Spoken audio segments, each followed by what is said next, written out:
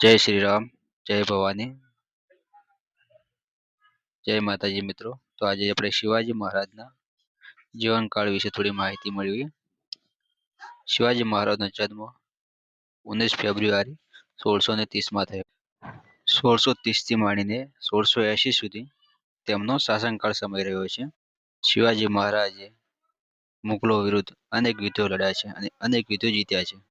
શિવાજી મહારાજ એક વીર યોદ્ધા અને કુશળ એવા રાજવી હતા. શિવાજી મહારાજે તેમના જીવનકાળ દરમિયાન અનેક યુદ્ધો લડ્યા હતા.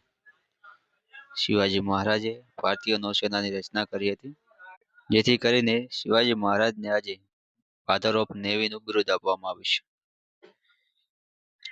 શિવાજી મહારાજના પુત્ર સંભાજી મહારાજ તેમના પછી ગાદી પર આવ્યા હતા. શિવાજી મહારાજના પિતાનું નામ સયાજીરાવ અને માતા જીજાબાઈ.